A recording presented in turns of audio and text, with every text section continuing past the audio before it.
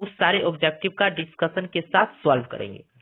इससे पहले हमने इसका पहले 3-4 वीडियो डाल रखा है जो कि मात्रक तथा बीमा का थ्योरी और उसका ऑब्जेक्टिव क्वेश्चन करवाए हैं। यदि आप लोगों ने नहीं देखा है तो चैनल को सब्सक्राइब करके उस वीडियो को जरूर देखें ताकि आप लोगों को एग्जाम में इससे सहायता मिले। तो चलिए आप लोगों को करवाते हैं फिजिक्स का सेकंड चैप्टर जो कि सदिश तथा अदिश है। तो पहला इसमें जो है सदिश के बारे में समझना है कि सदिश किसको कहते हैं। तो सदिश वैसी भौतिक राशि को कहते हैं जिसमें दिशा और परिमाण दोनों ही रहता है, उसको सदिश राशि कहते हैं। तो सदिश का इंग्लिश क्या होता है? वेक्टर, जिसमें मैग्नीट्यूड भी रहेगा और डायरेक्शन भी रहेगा। कहने का मतलब ये हुआ परिमाण भी रहेगा और दिशा भी रहेगा, उसको हम क्या बोलेंगे? सदिश राशि बोलेंगे। जैसे एग्जाम्पल के तौर पे बताते हैं, जैसे बोला जाता है कि 5 किलोमीटर प्रति घंटा के रफ्तार से हमको पूरब दिशा में जाना है। तो 5 किलोमीटर प्रति घंटा के रफ्तार से किस दिशा में जाना है? पूरब दिशा में जाना है। तो यहाँ पे दिशा लग गया क्या? पूरब। तो ये क्या हो गया? वेग हो गया। तो 5 किलोमीटर यहाँ पे परिमाण हो गया 5 और पूरब जो हो गया दिशा हो गया। इसमें परिमाण और दिशा दोनों हो गया, इसलिए ये कौन सा राशि कहलाएगा? सदिश राशि। इसलिए वेग को जो बोला जाता है वो सदिश राशि। सिर्फ बोलते 5 किलोमीटर प्रति घंटा तो ये हो जाता अदिश राशि, क्योंकि इसमें परिमाण लगा हुआ नहीं रहता।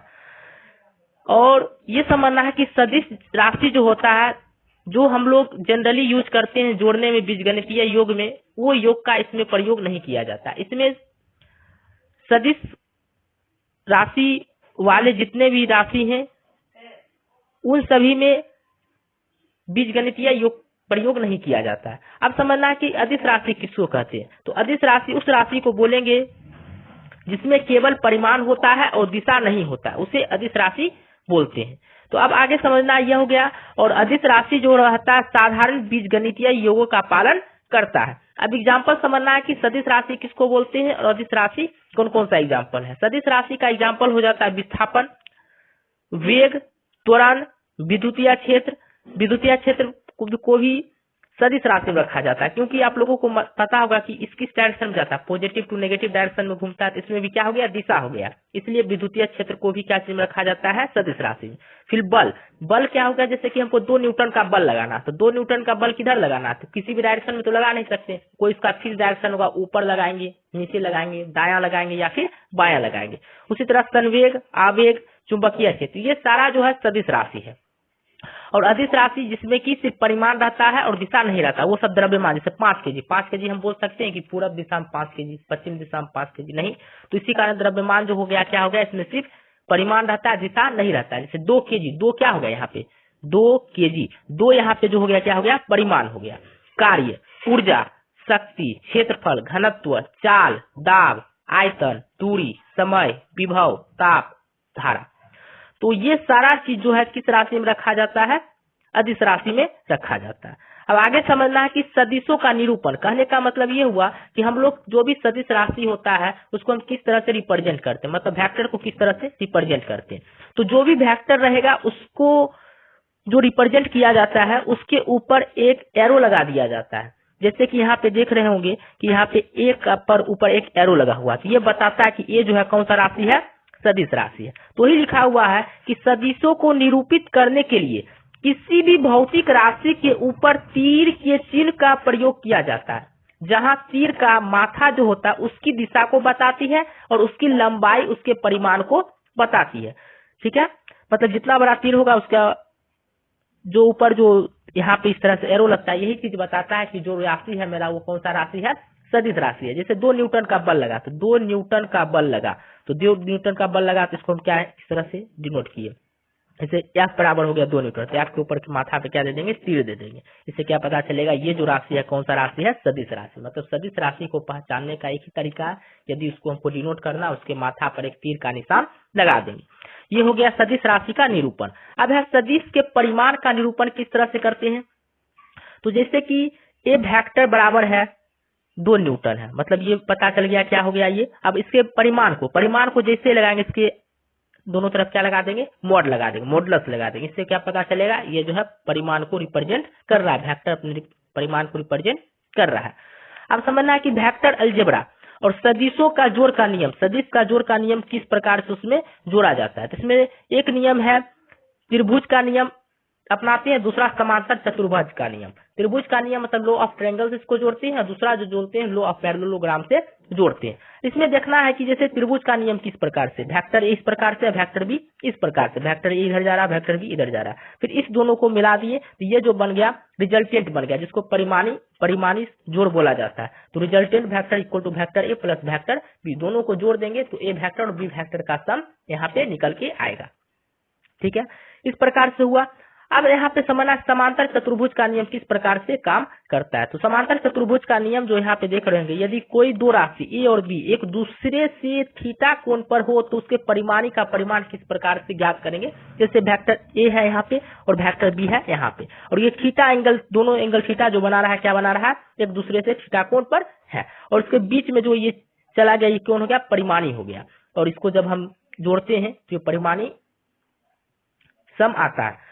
तो अब यहाँ पे समझना है ये कि इसको हम जैसे कि दो राशि दे दिया रहेगा, वेक्टर ए दिया रहेगा, वेक्टर बी दे देगा, और उसका बोलेगा परिमाणी निकालना है, और उसमें एंगल दे देगा कि वेक्टर ए और वेक्टर बी एक दूसरे पर 30 डिग्री का कोण बनाना है, एक दूसरे पर 25 डिग्री का 60 डिग्री का कोण बनाना है। उसके बाद हमको बोलेगा कि दोनों वेक्टर का परिमाण का जोड़ हमको निकालना है कितना है। तो उस तरह उसमें हम लोग डायरेक्ट आप लोग को फॉर्मूला यहाँ पे बता रहे हैं, उस फॉर्मूला का यूज करना है। जैसे कि रिजल्टेंट का होता है रूट अंडर ए square plus B square plus 2ab cos theta, और cos थीटा का आप लोगों को मालूम होगा कि इसका वैल्यू जो होता है -1 से बड़ा या फिर उसके बराबर होता है, और 1 के बराबर या उससे छोटा, मतलब -1 से लेकर के 1 के बराबर होता है। तो ये हो गया। अब जैसे ही हमको रिजल्टेंट निकालने के लिए कहेगा क्या निकालेंगे, रूट अंडर ए square plus B square plus 2ab cos theta, और रिजल्टेंट है क्या, यहाँ पे परिमाण है क्या, वेक्टर ए और वेक्टर बी के जोड़ को ही यहाँ पे रिजल्टेंट बोला गया। उसी को यहाँ पे फिर दोबारा आर को ही क्या लिख सकते हैं, वेक्टर ए प्लस वेक्टर बी का mod equal to root under A square plus B square plus 2ab cos theta. तो इस प्रकार से हम लोग निकाल सकते हैं। और दोनों में यदि माइनस करना रहेगा तो क्या करेंगे, वेक्टर ए माइनस वेक्टर बी का मैग्नीट्यूड रूट अंडर ए square plus B square minus 2ab cos theta कर देंगे, तो दोनों वेक्टर का जो निकल जाएगा, क्या निकल जाएगा, घटा निकल जाएगा। ठीक है, और थीटा यहाँ पे क्या है, थीटा जो अभी बताए थे थोड़ा देर पहले कि ये जो है ये बताएगा कि वेक्टर ए और वेक्टर बी के बीच में कितना एंगल बन रहा है। क्लियर है, तो वही चीज है। अब वही चीज लिखा गया यहाँ पे देख सकते हैं आप लोग, दो सदिशों के परिणामी का परिमाण कभी भी शून्य नहीं हो सकता और ना ही ऋणात्मक हो सकता है। मतलब जब भी ये आएगा तो शून्य से ज्यादा या फिर शून्य के बराबर आएगा। क्यों आएगा पता है, क्योंकि जब भी हम किसी भी चीज को मॉड में डाल देते, मॉडुलस में डाल देते, तो वो उस चीज को क्या चीज करके आता है, 5 में करके आता है। और आप लोग यहाँ पे देख रहे होंगे कि देख लीजिए सबको यहाँ पे क्या चीज में डाला गया है, मॉड में। मतलब अगर कोई भी चीज माइनस में भी आएगा तो उसको क्या कर देगा, प्लस में कर देगा। क्लियर है, तो अब इस प्रकार से अब एक क्वेश्चन आप लोगों को बताते हैं, जैसे कि देख रहे होंगे यहाँ पे क्वेश्चन है, यदि किसी वस्तु पर पूरब की दिशा में 3 न्यूटन का बल लगता है, मतलब ये पूरब दिशा है, पूरब दिशा में 3 न्यूटन का बल लगता है। मतलब अब एक चीज और जानना है कि पेपर पर हम लोग जो दर्शाते हैं पूरब किधर दर्शाएंगे, इधर पूरब दर्शाते हैं, इधर जो दर्शाते हैं पश्चिम दर्शाते हैं, इधर उत्तर दर्शाते हैं और इधर दक्षिण दर्शाते हैं। तो पूरब दिशा में 3 न्यूटन लग रहा है, और उसके बाद बोल रहा है उत्तर की दिशा में 4 न्यूटन। उत्तर देखिए ऊपर की ओर, तो उत्तर दिशा में 4 न्यूटन का बल लग रहा है। आप लोगों को मालूम होगा कि बल जो है कैसा राशि है, एक सदिश राशि है, इसी कारण यहाँ पे ऊपर 4 न्यूटन दे दिए। अब इसका परिमाणी निकालना है, तो परिमाणी निकालना है तो आप लोग एक चीज और यहाँ पे समझना है कि मतलब जब ये एक दूसरे पर पूरब उत्तर पे बनाएगा 90 डिग्री का, पूरब दक्षिण पे जो कोण बनाएगा 90 डिग्री का, फिर यहाँ पे जो कोण बनेगा 90 डिग्री का, यहाँ भी कोण बनेगा 90 डिग्री का। मतलब इसके बीच का जो कोण बन रहा है यहाँ पे कितना डिग्री बन रहा है, 90 डिग्री। और यहाँ पे एक रिजल्टेंट डाल दिए कितना डिग्री का, इसको आर बोलते हैं। अब लोगों को मालूम होगा, जब हमको वेक्टर ए मालूम है, इसको मान लेते वेक्टर ए, इसको मान लेते वेक्टर बी, और इसके वेक्टर ए और वेक्टर बी के बीच का जो कोण बोल रहा है कितना बन रहा है, 90 डिग्री बन रहा है। जब 90 डिग्री बन रहा है तो परिमाण निकालना है, रिजल्टेंट वेक्टर निकालना है। तो इसके लिए हम लोग फॉर्मूला दिए हैं एक, तो उसका क्या फॉर्मूला का नाम है, रूट अंडर ए square plus B square plus 2ab cos theta. तो ए का वैल्यू यहाँ पे देख लीजिए कितना है, ए का वैल्यू कितना माने, 3 माने हैं, बी 4 है, 2ab 2 × 3 × 4। अब बोले थे कितना का एंगल बनाता है, 90 डिग्री का एंगल बनाता है। तो 90 डिग्री का बनाता है तो cos 90 डिग्री, या cos 90 डिग्री का वैल्यू आप लोगों को मालूम होगा कितना होता है, 0 होता है। तो 0 होता है तो इसको सॉल्व करेंगे तो यहाँ तक 0 हो जाएगा, 3 का स्क्वायर कितना हो जाएगा, 9 हो जाएगा। फिर इसका वैल्यू कितना हो जाएगा, 4 का स्क्वायर 16, तो रूट 25 आ जाएगा। रूट से बाहर निकालेंगे तो 5 न्यूटन इसका आंसर आ जाएगा। इस प्रकार से ये निकल गया। अब अगला क्वेश्चन है, कि यदि दो सदिश, ये देखिए अच्छा क्वेश्चन है, यदि दो सदिशों का परिमाण समान हो, दो सदिश राशि है और दोनों का परिमाण क्या है, समान है, तो अब यहाँ पे फिगर से समझना है आप लोगों को। फिगर से कैसे समझिएगा, यहाँ पे देख लीजिए, एक वेक्टर ए है, सदिश राशि ए है, एक सदिश राशि बी है, और दोनों का परिमाण जो है क्या समान है। करेक्ट, मतलब अगर ये 5 न्यूटन का होगा तो भी 5 न्यूटन का बल में ले रहे हैं। ये तो पता नहीं है कि बल है कि वेग है या विस्थापन है, तो इसको मान लेते क्या है, एक्स है, और बी को भी क्या मान लेते एक्स है, क्योंकि इसका बोला गया है दोनों का परिमाण क्या है, समान हो, तथा उसके परिणामी का परिमाण भी सदिश के समान हो। कहने का मतलब ये हुआ कि जब वेक्टर ए और वेक्टर बी को जब हम जोड़ते हैं तो जो रिजल्टेंट आता है वो भी ए और बी के परिणाम के बराबर ही आता है। मतलब ये भी कितना आ गया, एक्स आ गया। तो उनके बीच का कोण क्या होगा, आप पूछ रहा है कि ये दोनों आपस में एंगल बना रहे हैं, वो कितना एंगल बना रहे हैं। तो ये समझने के लिए आप तो यहाँ पे समझिए, तो आप लोगों को तो फॉर्मूला दिए हुए हैं कि R equal to root under A square plus B square plus 2ab cos theta होता है। यहाँ पे ए भी दिया हुआ, बी भी दिया हुआ, परिणामी भी दिया हुआ, ए भी कितना दिया हुआ, एक्स दिया हुआ, बी भी कितना दिया हुआ, एक्स दिया हुआ, आर भी कितना दिया हुआ, एक्स, क्योंकि बोला गया है दोनों सदिश राशि और उसका परिणामी का जो परिमाण है सब क्या है, समान है, इसलिए सबको हम क्या मान लिए, एक्स। आप लोगों को मालूम होगा कि आर इक्वल टू क्या होता है, रूट अंडर ए square plus B square plus 2ab cos theta, दोनों तरफ स्क्वायर किए तो यहाँ पे आर स्क्वायर हो गया, यहाँ पे क्या हो गया, रूट हट गया। तो रूट हट गया तो आर का वैल्यू मालूम है एक्स है, तो एक्स स्क्वायर, ए का मालूम है तो एक्स स्क्वायर, बी का भी मालूम है X square, 2x B X और cos थीटा हमको यहाँ पे क्या करना है, निकालना है। तो यहाँ पे जब सॉल्व किए तो यहाँ पे सॉल्व करने के बाद एक्स स्क्वायर इक्वल टू कितना आ गया, x square 2x square 2x plus 2x square cos theta, x square यहाँ पे कॉमन ले लिया तो 2 प्लस 2 cos थीटा हो गया। फिर एक्स स्क्वायर से ये एक्स स्क्वायर कैंसिल हो गया, तो यहाँ पे क्या बचा, एक्स स्क्वायर यहाँ पे कैंसिल हो गया, कुछ नहीं तो 1 है, तो 1 equal to 2 plus 2 cos theta, तो यहाँ पे 2 cos थीटा यहाँ पे रहने दीजिए 1 माइनस 2, तो कितना हो गया, -1 हो गया। अब यहाँ पे ये हो जाने के बाद आप लोग देख सकते थे cos theta 2 cos theta equal to -1 cos theta, यहाँ पे ये गुणाम है, इधर आया तो भाग में हो गया, -1/2 हो गया, तो cos थीटा इक्वल टू -1/2, तो 1/2 -1/2 कहाँ पे होता है, तो 120 पे होता है, तो थीटा इक्वल टू कितना हो गया, 120 डिग्री हो गया। इस प्रकार से जो दोनों के बीच का जो एंगल बन रहा है कितना डिग्री बन रहा है, 120 डिग्री बन रहा है। और वही फार्मूला फिर से बताया गया है कि यदि हम लोग को दोनों को परिणामी जोड़ निकालना है तो रूट अंडर ए square plus B square plus 2ab cos theta करेंगे, और दोनों का माइनस निकालना है तो रूट अंडर ए square plus B square minus 2ab cos theta करेंगे। इस प्रकार से ये हो गया। अब आप लोगों को समझना है कि अगला क्वेश्चन जो दिया गया है वो क्वेश्चन इस प्रकार से है कि यदि vector A plus vector B equal to vector A minus vector B हो तो ए और बी के बीच का कोण क्या होगा। मतलब यदि दोनों को जोड़ने पर भी और दोनों को घटाने पर भी समान आ रहा है तो इसका मतलब एंगल दोनों के बीच क्या बन रहा है। तो आप लोगों का ये सब जो है दिया गया है एंगल की, ये सब आप लोग को साइन थीटा cos थीटा का याद रहना चाहिए। साइन थीटा 0 पे 0 होता है, 30 डिग्री पे 1/2 होता है, 45 पे 1/√2 होता है, 60 पे √3/2 होता है, 90 डिग्री पे 1 होता है। उसी तरह cos थीटा का 0 डिग्री पे 1 होता है, 30 डिग्री पे √3/2 होता है, 45 पे 1/√2 होता है, 60 पे 1/2 होता है, 90 पे 0 होता है। तो अब यहाँ पे आप लोग देख सकते हैं कि दोनों में क्या दिया गया है कि वेक्टर ए प्लस वेक्टर बी वेक्टर ए माइनस वेक्टर बी दोनों क्या है, समान है। अब दोनों में मॉड लगा दिए, मॉड लगाने के बाद आप लोगों को मालूम होगा कि आर इक्वल टू क्या होता है, वेक्टर ए प्लस वेक्टर बी होता है, और इसी के बराबर क्या होता है, वेक्टर ए माइनस वेक्टर बी होता है।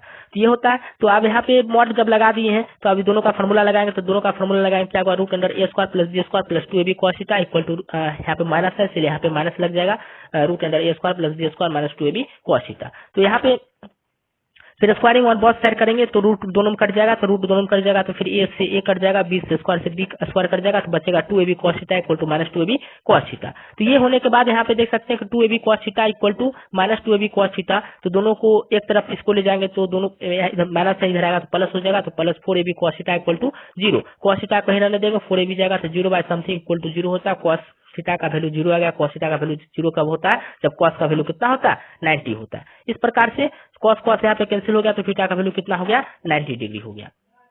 तो दोनों का बीच का जो एंगल बना कितना डिग्री बना, 90 डिग्री बना। तो ये हो गया। अब एक चीज समझना है कि बोलेगा कि रिजल्टेंट फैक्टर कब मैक्सिमम आएगा, रिजल्टेंट फैक्टर कब मिनिमम, मतलब कब ज्यादा आएगा और कब कम आएगा। तो cos थीटा का वैल्यू -1 पे क्या आता है, कम आता है, और 1 पे क्या आता है, सबसे ज्यादा आता है। तो मैक्सिमम जब निकालना है तो यहाँ पे हम लोग cos थीटा इक्वल टू +1 करेंगे तो आर मैक्सिमम इक्वल टू क्या हो जाएगा, cos थीटा का वैल्यू कितना रख देंगे 1, तो a square plus B square plus 2ab, तो a square plus B square plus 2ab किसका फॉर्मूला बन जाएगा, a प्लस बी का होल स्क्वायर। आर मैक्सिमम जो होगा कब होगा, a प्लस बी पे मैक्सिमम होगा, मतलब दो फैक्टर दिया हुआ उसमें मैक्सिमम निकालना रहेगा तो क्या करेंगे, a प्लस बी कर लेंगे। cos थीटा इक्वल टू -1 रहेगा, तो cos थीटा इक्वल टू -1 रहेगा, वहां पे जो आएगा सबसे मिनिमम आएगा, तो a माइनस बी का होल स्क्वायर बन जाएगा। तो आर मिनिमम जो होगा, यहाँ पे ये गलत लिखा हुआ है इसको सही कर लेना है, तो आर मिनिमम जो होगा कब होगा, जब a माइनस बी कर देंगे तो आर का वैल्यू जो आएगा क्या आएगा, मिनिमम आ जाएगा। तो उसी पे एक क्वेश्चन है, लास्ट क्वेश्चन ये कर लेना है कि अगर किसी वस्तु पर 3 न्यूटन और 4 न्यूटन का बल आरोपित हो रहा है तो निम्न में से कौन सा परिणामी का परिमाण नहीं हो सकता है। तो इसमें से कौन सा नहीं हो सकता है, गलत है, वो निकालना है। ए इक्वल टू 4 न्यूटन है, बी इक्वल टू 3 न्यूटन है, तो आप मैक्सिमम निकालेंगे 4 प्लस 3 7 न्यूटन होगा, मिनिमम निकालेंगे तो ए माइनस बी 1 न्यूटन होगा। 1 और 7 के बीच होगा, 8 नहीं होगा, 1 और 7 के बीच ही हो सकता है। तो 1 और 7 के बीच कौन कौन आता है, 2 भी आता है, 5 भी आता है, 6 भी होता है, 8 नहीं आता, इसलिए ऑप्शन नंबर 8 क्या हो जाएगा, सही हो जाएगा। इस प्रकार से यथा एक क्लास का वीडियो और डालेंगे तो आप लोगों का सदिश तथा अदिश का जो है चैप्टर थ्योरी का डिस्कशन हो जाएगा। उसके बाद एक क्लास में आप जितना भी इसका ऑब्जेक्टिव वो सारा क्वेश्चन को डिस्कशन करने के साथ सॉल्व करेंगे। अगर वीडियो पर नए हैं तो चैनल को सब्सक्राइब कर दें, वीडियो को लाइक कर दें और कमेंट जरूर करें। यदि आप लोगों ने अभी तक वो वीडियो नहीं देखा है तो प्लेलिस्ट में जाकर के आप लोग वो सारा वीडियो देख सकते हैं। यदि आप लोग चैनल पे नए हैं तो चैनल को सब्सक्राइब कर लें, और यदि आप लोग पिछला वीडियो देखना चाहते हैं तो नीचे में डिस्क्रिप्शन दिया हुआ, वहां से भी आप लोग देख सकते हैं। तो चलिए आप लोगों को बताते हैं कि सदिश तथा अदिश का इससे एक टॉपिक पहले हो चुका था थ्योरी का डिस्कशन, ये दूसरा टॉपिक है थ्योरी में, और यह जो होगा लास्ट थ्योरी का डिस्कशन होगा। उसके बाद ये चैप्टर कंप्लीट हो जाएगा। तो उसमें आप लोगों को हम सदिश बताए थे, सदिश क्या होता है, अदिश क्या होता है। उसके बाद बताए थे कि दो सदिश राशि दिया हुआ रहेगा तो उसका परिणामी किस तरह से निकालना है, रिजल्टेंट वेक्टर किस तरह से निकालना है। फिर आप लोगों को फॉर्मूला निकालने के लिए बताए थे कि यदि वेक्टर ए है और वेक्टर बी है, दोनों का रिजल्टेंट निकालने के लिए कौन सा फॉर्मूला दिया हुआ रहता है, किस प्रकार से उसको निकाला जाता है। तो आज आप लोगों को बताएंगे कि किस प्रकार से हम लोग समकोणीय एकांक सदिश ज्ञात करते हैं। तो यहाँ पे देख रहे होंगे आज का जो टॉपिक है वो है समकोणीय एकांक सदिश। इसमें जो है 3 डायमेंशन को लिया गया, जैसे कि भौतिक में यदि यहाँ पे देख रहे होंगे आप लोग आई दिया गया, आई वेक्टर, यहाँ पे जे वेक्टर और यहाँ पे के वेक्टर दिया गया। यहाँ पर जो एच कितना है 3 अच्छा 3D डायमेंशन में ये बताया गया है। तो 3D डायमेंशन में बताया गया तो आई वेक्टर जो होता है किसके अक्रॉस रहता है, एक्स अक्ष के अक्रॉस रहता है। जे वेक्टर जो रहता है किसके क्रॉस रहता है, वाई अक्ष के क्रॉस रहता है। और के वेक्टर जो रहता है वो जेड अक्ष के क्रॉस रहता है। अब आप लोगों को इसमें क्वेश्चन दिया हुआ रहेगा कि जैसे एग्जांपल यहाँ पे देख रहे होंगे कि यदि vector A equal to 3i vector plus 8j vector plus 5k vector यहाँ पे दिया हुआ है, तो यहाँ पे देख सकते हैं कि ये जो 3 है ये x का काम कर रहा है, यहाँ पे 8 जो है वो y का काम कर रहा है, और यहाँ पे 5 जो वो z का काम कर रहा है। मतलब जो भी वेक्टर रहेगा वो xi वेक्टर के फॉर्म में रहेगा, yj वेक्टर के फॉर्म में रहेगा, और z के वेक्टर के फॉर्म में रहेगा। तो यहाँ पे i x अक्ष में परिमाण, तो x यहाँ पे कितना है 3 है, y यहाँ पर कितना है 8 है, मतलब y की जगह पे 8 लिखा हुआ, और k का जगह पे जो रहता है वो z का मान रहता है। तो z अक्ष का जो परिमाण हुआ वो कितना हुआ 5 हुआ। ये समझ गए होंगे। अब ए का परिमाण निकालने के लिए कहता है, जैसे वेक्टर ए दे दिया था, वेक्टर ए का रिजल्टेंट निकालने के लिए कह रहा, तो उसका फॉर्मूला आता है √x² plus y square plus z square. तो x का मान 3 था तो 3 का स्क्वायर, y का मान 8 था तो 8 का स्क्वायर, और z का मान 5 था तो 5 का स्क्वायर, और इस सबको सॉल्व करने पे √98 इसका आंसर आ गया। उसी प्रकार वेक्टर भी दिया हुआ 3i plus 9j plus 5k vector दिया हुआ। तो अब यहाँ पे b का परिमाणी निकालना है तो पहले हमको x जाना पड़ेगा, y जाना पड़ेगा, z जाना पड़ेगा। तो i जो बताता है, i के आगे जो रहता है वो x अक्ष का परिमाण रहता है। फिर यहाँ पे देख रहे होंगे ये 9 जो है वो y अक्ष का परिमाण है, 5 जो है z अक्ष का परिमाण है, और इसका b फैक्टर का यदि मैग्नीट्यूड परिमाण निकालने के लिए कहेगा तो √3 का स्क्वायर प्लस 9 का स्क्वायर प्लस 5 का स्क्वायर कर दीजिएगा तो इसका आंसर आ जाएगा। इस प्रकार से समकोणीय एकांक सदिश आप लोगों का ये टॉपिक कंप्लीट हो चुका। अब समझना है कि सदिशों का गुणनफल किस प्रकार से करते हैं। तो सदिशों का गुणनफल जो है इसमें जो है मल्टीप्लीकेशन ऑफ वेक्टर जो है 2 तरह से किया जाता है। एक तो किया जाता है सदिशों का अदिश गुणनफल और दूसरा जो किया जाता है सदिशों का सदिश गुणनफल। यदि सदिशों का अदिश गुणनफल निकालने के लिए कहेगा तो उसको हम डॉट से सूचित करते हैं। जो यहाँ पे बिंदी दिया हुआ उसी को बोलते हैं डॉट।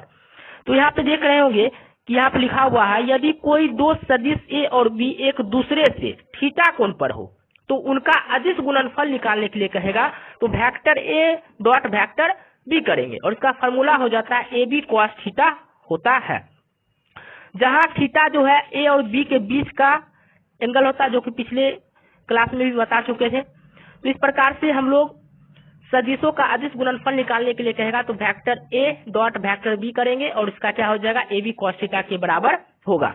और एक चीज और यहाँ पे समझना है कि सदिशों का अदिश गुणनफल हमेशा जो आएगा वो एक अदिश राशि ही आएगा। क्लियर है।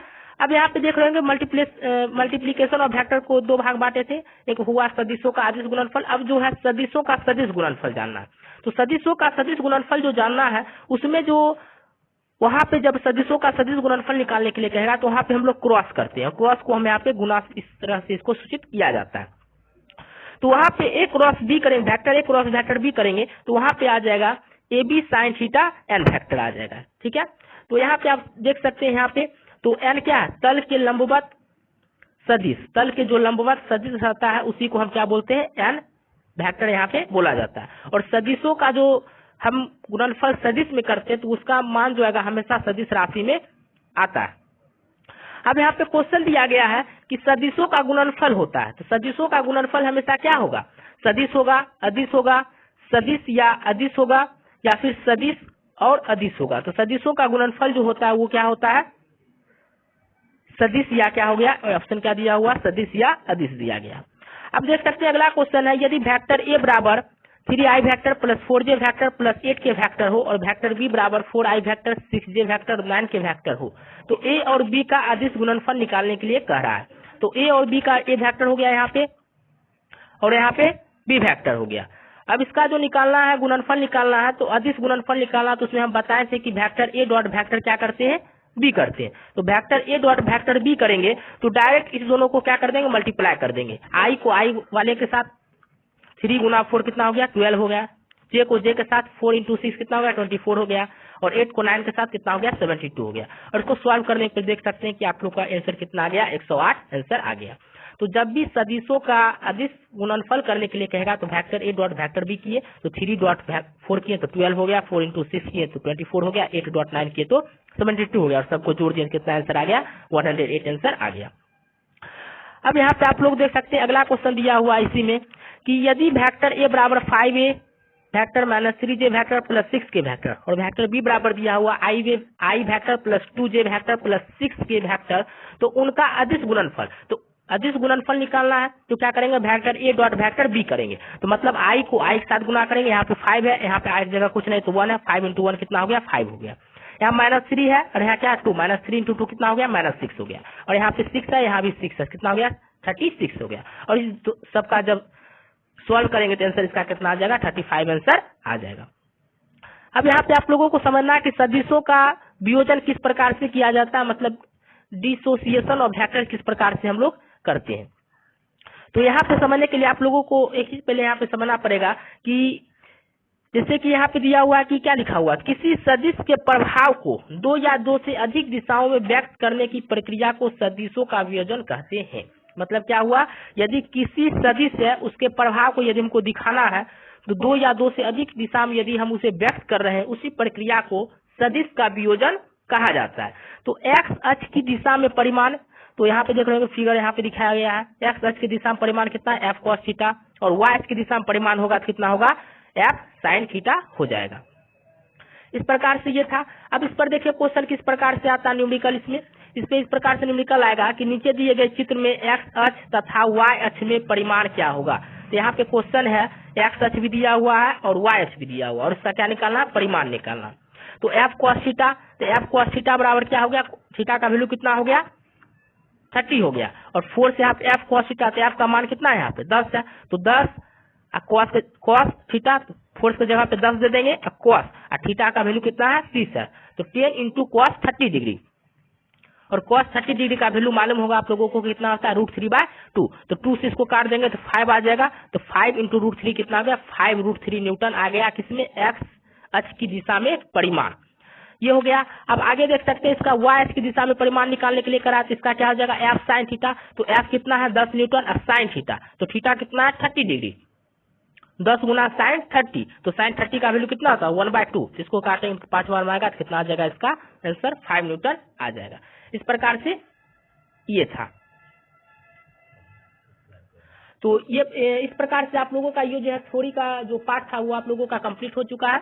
यदि आप लोग चैनल पे नए हैं तो चैनल को सब्सक्राइब कर ले और इसी प्रकार से हम लोग आप लोगों को वीडियो अपलोड करते रहेंगे ताकि आप लोगों का जो एग्जाम से पहले ये बुक का जितना भी थ्योरी और ऑब्जेक्टिव है वो सारा आप लोगों का कंप्लीट हो जाए। यदि आप लोगों को इससे कुछ भी समझने में दिक्कत है तो आप लोग कमेंट करके जरूर बताएं। यदि वीडियो आप लोगों को अच्छा लगा तो लाइक कर दे, शेयर करें।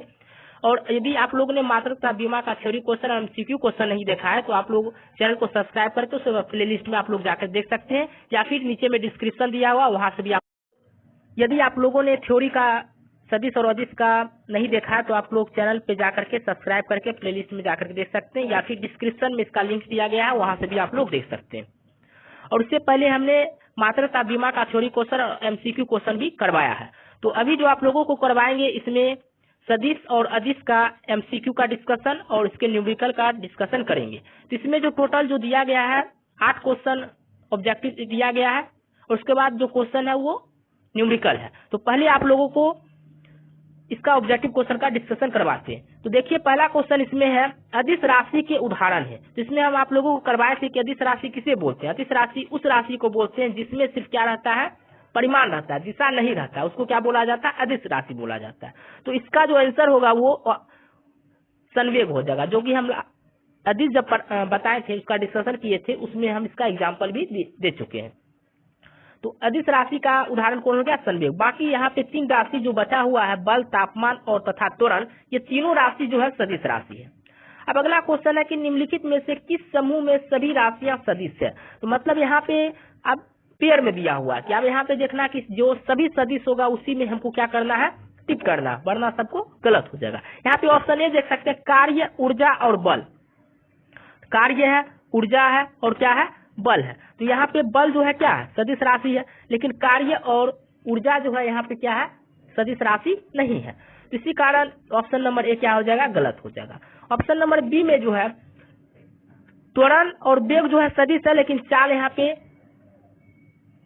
सदिश नहीं है, ये क्या हो गया अदिश हो गया। तो इस प्रकार से हो गया। और ऑप्शन नंबर सी आप लोग देख सकते हैं। तो ऑप्शन नंबर सी देख सकते हैं तो इसमें दिया हुआ वेग, त्वरण और बल। वेग भी सदिश है, त्वरण भी सदिश है और बल भी क्या है सदिश है। इसीलिए यहाँ पे क्वेश्चन में पूछ रहा था सभी राशियां सदिश है। तो ऑप्शन नंबर क्या हो जाएगा सी हो जाएगा। यहाँ पे उष्मा दिया हुआ, प्रकाश दिया हुआ, विद्युत दिया हुआ। तो ये इसमें सभी राशि सदिश नहीं है, कुछ राशि इसमें से अदिश है। इसी कारण ऑप्शन नंबर सिर्फ क्या होगा सी यहाँ पे सही होगा। अब अगला क्वेश्चन है कि सदिश राशि के उदाहरण है। तो सदिश राशि के जो है उदाहरण ऑप्शन नंबर ए ही आपका सही है। बल आघूर्ण जो है सदिश राशि का उदाहरण है। अगला क्वेश्चन है शून्य परिणामी उत्पन्न करने के लिए समान परिमाण के आवश्यक 2 सदिशों की न्यूनतम संख्या कितनी होती है। तो यदि हमें शून्य परिणामी उत्पन्न करना है तो समान परिणाम के आवश्यक सदिश राशि कम से कम कितना होना चाहिए 2 होना चाहिए। ऑप्शन नंबर इसका ए सही हो जाएगा। अब अगला क्वेश्चन है 2 सदिशों के गुणनफल से प्राप्त राशि क्या होता है। अभी बताए थे जब 2 सदिश के गुणनफल करेंगे तो उसमें से या तो सदिश होगा या फिर अदिश होगा। यदि तो ऑप्शन नंबर इसमें कौन हो जाएगा सी सही हो जाएगा। और अगला क्वेश्चन है 6 नंबर अदिश को यदि अदिश से गुना करेंगे तो क्या आएगा अदिश को अदिश से गुना करेंगे तो हमेशा अदिश राशि ही आएगा। अब क्वेश्चन नंबर 7 है देख सकते हैं कि समांतर चतुर्भुज बल के नियम मूलतः कितने परिणाम की गणना के लिए प्रयुक्त किए जाते हैं। तो ये ध्यान रखना है कि समांतर चतुर्भुज बल के नियम जो है इसमें परिणाम यदि हमको निकालना है तो उसमें से हम 2 बल का ही निकाल सकते हैं जो कि ऑप्शन नंबर सी सही होगा। इस प्रकार से आप अब देख सकते हैं कि आपका जो ऑब्जेक्टिव क्वेश्चन है वो लास्ट है, उसके बाद आप लोगों का न्यूमेरिकल होगा जो कि इसी वीडियो में आप लोगों को कंप्लीट कर दिया जाएगा। किसी सदिश का घटक होता है, मतलब पूछ रहा है किसी सदिश का क्या घटक होता है। उसका सदिश का घटक ये होगा कि सदिश के परिणाम के बराबर या इससे कम, जो कि ऑप्शन नंबर डी इसका सही होगा। अब ये था ऑब्जेक्टिव क्वेश्चन। आप लोगों को मालूम होगा कि सदिश और अदिश राशि जो है बहुत ही इंपॉर्टेंट चैप्टर है। प्रत्येक एग्जाम में इससे सदिश या अदिश पहचानने के लिए 1 या 2 मार्क्स का 1 या 2 क्वेश्चन इससे पूछा जाता है, और इसका यदि थोड़ा हार्ड किया जाता है तो न्यूमेरिकल भी इसका बहुत इंपॉर्टेंट हो जाता है, जो कि आप लोगों को जानना बहुत ही जरूरी है। इसलिए आप लोगों का पहले हमने थ्योरी का क्वेश्चन डिस्कशन, थ्योरी जो था इसका डिस्कशन कर चुके, ताकि आप लोगों को क्वेश्चन समझने में दिक्कत नहीं हो। यदि आप लोगों ने इसका थ्योरी नहीं देखें, यदि आप लोगों को समझने में कुछ कठिनाई हो रही है तो आप लोग इसका पहले थ्योरी जाके देख लिए, उसके बाद ऑब्जेक्टिव देखिए, तो आप लोगों को ज्यादा अच्छा से समझ में आएगा। तो चलिए आप लोगों को इसका पहले न्यूमेरिकल करवाते हैं। जितना भी न्यूमेरिकल था सारा हम थ्योरी में अच्छा का कर दिए, इसलिए सिर्फ आप लोगों को सॉल्व करते हुए बताएंगे। तो देख सकते हैं कि टाइप 1 है, ये फार्मूला दिया गया है। तो फार्मूला आप लोगों को बताया था, वेक्टर ए प्लस वेक्टर बी का यदि मैग्नीट्यूड निकालना है तो रूट अंडर ए square plus B square plus 2ab cos theta करते हैं। यदि वेक्टर ए माइनस वेक्टर बी का मैग्नीट्यूड निकालना है तो रूट अंडर ए square plus B square minus 2ab cos theta करेंगे। तो इसका पहला क्वेश्चन आप लोगों को यहाँ पे दिया गया है कि vector A plus vector B equal to resultant vector है, और वेक्टर और ए का परिमाण बी इक्वल टू आर दिया गया। तो ए एवं बी के बीच का कोण क्या होगा, ये आप लोगों को निकालना है। तो ऑप्शन ए दिया हुआ 0 डिग्री, बी दिया हुआ π/3, सी दिया हुआ 2π/3 और डी दिया हुआ पाई। तो देखिए आप लोगों को हम बताते हैं कि रिजल्टेंट जब निकालते हैं दो वेक्टर का जोड़ के, तो उसमें फार्मूला होता है ए प्लस बी का। आप लोगों को यहाँ पे देख सकते हैं लिखा हुआ क्या है, रूट अंडर ए square plus B square plus 2ab cos theta. और इसी को ए प्लस बी, किसी को हम क्या बोलते हैं, इसी को जो है हम लोग बोलते हैं आर भी बोला जाता है, इसी को रिजल्टेंट भी बोला जाता है, जिसको हिंदी में परिमाण बोलते हैं। क्लियर है। तो यहाँ पे आप लोग देख सकते हैं कि vector A plus vector B equal to R, तो आर निकालना है, मतलब ये एक दूसरे के बराबर होता है, तो इसलिए हम ए प्लस बी की जगह पे आर भी लिख सकते हैं। तो इसका फॉर्मूला हो जाएगा रूट अंडर ए square plus B square plus 2ab cos theta. और आप लोगों को मालूम होगा ये आर का फॉर्मूला होता है रूट अंडर, लेकिन यहाँ पे जब स्क्वायर लगाए तो स्क्वायर इस साइड भी लगा दिए, मतलब स्क्वायरिंग और बोथ साइड हो गया। तो आप देख सकते हैं कि यहाँ पे स्क्वायर कैंसिल हो गया, तो बचा R square equal to A square plus B square plus 2ab cos theta. और आप लोगों को मालूम होगा कि इसमें गिवन दिया हुआ, मतलब पहले से ज्ञात है कि ए बराबर बी बराबर आर है। तो एक जगह पे हम आर लिख सकते हैं, बी की जगह पे भी आर लिख सकते हैं। तो 2 ए की जगह पे आर, बी की जगह पे आर कॉस थीटा, क्योंकि यहाँ पे ये गिवन दिया हुआ, ठीक है। तो आर स्क्वायर इक्वल टू, इसको सॉल्व किए तो 2r square plus 2r square cos theta हो गया। तो आर स्क्वायर इधर माइनस किए, तो आगे आप लोगों का R square minus 2r square equal to 2r square cos theta. तो आर स्क्वायर में 2r स्क्वायर गया, तो minus R square equal to 2r square cos theta. अब यहाँ पे देख सकते हैं कि यहाँ पे कॉस थीटा इक्वल टू इस आर स्क्वायर से इस आर स्क्वायर क्या हो गया, कैंसिल हो गया। तो कॉस थीटा इक्वल टू -1/2 बचा, और कॉस थीटा इक्वल टू -2/2 कब होता है, तो आप लोगों को ये मैथ में आप लोग पढ़े होंगे कि cos 2π/3 पे होता है, या फिर डायरेक्ट आप लोग याद कर सकते हैं कि 120 पे इसका आंसर आता है। क्लियर है। तो -1/2 जो आएगा कितना आएगा, थीटा इक्वल टू 120 पे -1/2 कॉस का वैल्यू आता है। अब यहाँ पे अगला क्वेश्चन दिया गया है, देखिए बहुत ही आसान क्वेश्चन है। a = 3i प्लस 4j का परिमाण क्या होगा। तो आप लोगों को हम बताएं कि जब इसका परिमाण दिया हुआ रहता है तो परिमाण निकालने का फॉर्मूला होता है root under X square plus Y square plus Z square. ये i वाला x होता है, j वाला y होता है, और जेड वाला जो होता है के होता है। यहाँ पे के नहीं दिया हुआ, इसका मतलब जेड का जो वैल्यू है क्या है, जेड का जो वैल्यू होगा वो कितना हो गया, 0 हो गया। तो ए का परिमाण निकाले root under X square plus Y square plus Z square. X की जगह पे 3 है, वाई की जगह पे 4 है, जेड की जगह पे 0 है। तो इसका जब सॉल्व किए रूट 25 आया, रूट 25 को जब रूट से बाहर निकाले तो कितना आ गया, 5 आंसर इसका आ चुका है। उसी तरह अगला क्वेश्चन आप लोग देख सकते हैं कि अगला क्वेश्चन ये भी अच्छा दिया हुआ क्वेश्चन, यदि वेक्टर बी बराबर 4i plus 6j plus 2k हो तो बी का परिमाण ज्ञात करें। इसका भी वही फॉर्मूला होगा, X root under X square plus Y square plus Z square. X जगह पे 4 का स्क्वायर हो जाएगा, वाई की जगह पे 6 का स्क्वायर होगा, जेड की जगह पे 2 का स्क्वायर हो जाएगा। जब इसको सॉल्व कीजिएगा तो आ जाएगा रूट 56, इसका आंसर आ जाएगा। इस प्रकार से ये क्वेश्चन, इस टाइप का क्वेश्चन जो है एग्जाम में जो आप लोगों का पूछा जाता है, इसी प्रकार का क्वेश्चन पूछा जाता है। और इस प्रकार से क्वेश्चन आप लोग प्रैक्टिस कर लेते हैं तो न्यूमेरिकल छूटने का बहुत ही कम चांस रहता है। तो चलिए आप लोगों को अगला 4 नंबर न्यूमेरिकल करवाते हैं, जो कि क्वेश्चन दिया हुआ 12 न्यूटन तथा 8 न्यूटन परिमाण के दो बल एक वस्तु पर कार्यरत है। मतलब दो बल लग रहा है, एक वस्तु पर लग रहा है। कितना न्यूटन का लग रहा है, 12 न्यूटन का लग रहा है और 8 न्यूटन का लग रहा है। वस्तु पर लगने वाला परिणामी बल का अधिकतम मान क्या होगा, हमको निकालना, अधिकतम मान निकालना था। आप लोगों को थ्योरी में हम लोग करवा चुके हैं कि जब आर मैक्सिमम निकालना रहता है तो ए प्लस बी करते हैं। तो आर ए प्लस बी करेंगे तो ए कितना है 12 और बी कितना है 8 है, तो 12 प्लस 8 कितना हो गया 20 न्यूटन हो गया। तो ये आप लोगों को समझ में आ चुका होगा। अब टाइप 2 क्वेश्चन है समकोणीय एकांक सदिश। समकोणीय एकांक सदिश में आप लोग देख सकते हैं कि इससे पहले थोड़ी क्वेश्चन जो करवाया था उसी में करवाया था। Vector equal to 3i plus 8j plus 5k, तो एक्स का परिमाण 3, वाई में कितना a और जेड में कितना हो गया 5 हो गया। ए का परिमाण निकालना √3 का स्क्वायर प्लस 8 का स्क्वायर प्लस 5 का स्क्वायर, तो आंसर कितना हो गया √98 हो गया। फिर उसी तरह बी का निकालना है, तो बी का परिणाम निकालना है तो 3i प्लस 9 प्लस 5, एक्स हो गया 3, वाई हो गया 9 और जेड हो गया 5। अब इस पे देखिए क्वेश्चन इस पे दिया गया है, 3 क्वेश्चन इस पे भी दिया गया है। तो अब है कि सदिश 3i vector plus 4k vector y अक्ष का प्रक्षेप निकालना। तो y अक्ष का मतलब यहाँ पे क्या निकालना, मतलब y अक्ष का जो परिमाण है वो कितना होगा। तो y अक्ष का परिमाण कितना होगा, ये i हो गया, और i वाला बताया था x होता है, j वाला y होता है, और k वाला जो होता है z होता है। तो यहाँ पे j दिया हुआ नहीं दिया हुआ, इसका मतलब क्या दिया होगा, कुछ नहीं दिया, इसका मतलब क्या हुआ, i दिया हुआ है, j दिया हुआ है नहीं, तो इसका मतलब क्या हुआ 0। इसको हम लिख सकते हैं 0j का वेक्टर, मतलब यहाँ पे जो y जो दिया गया हुआ कितना दिया होगा 0 दिया हुआ, इसलिए ऑप्शन नंबर क्या हो गया डी इसका सही हो गया। उसके बाद अगला क्वेश्चन है कि एक बल 2i vector plus 3j vector plus 6k vector द्वारा प्रदर्शित होता है, इस बल का परिमाण क्या है। तो इस बल का परिमाण क्या है, तो यहाँ पे देख सकते हैं कि बल जो यहाँ पे दिया गया है वो कितना दिया गया है, तो 2i vector plus 3j vector plus 6k vector. परिमाण निकालना तो बताया था √x² plus y² plus z²। तो इस जगह पे 2 है, y की जगह पे 3 है और जेड की जगह पे 6 है। तो इसको जब सॉल्व किया तो √49 रूट से बाहर निकाले तो क्या आ गया इसका 7 आंसर आ गया। अब अगला क्वेश्चन लास्ट क्वेश्चन इस सदिश तथा अदिश राशि से है, जो कि है दो सदिश 4i प्लस 7j तथा दूसरा फैक्टर 2i प्लस 3j जोड़े जाते हैं। इन सदिशों का योग परिमाण निकालना है। कैसा परिमाण निकालना है, योग परिमाण निकालना है। तो योग परिमाण निकालना है तो आप लोग जाने ए वेक्टर इतना दिया हुआ, बी वेक्टर इतना दिया हुआ, दोनों को जोड़ेंगे तो 4i plus 7j plus 2i plus 3j।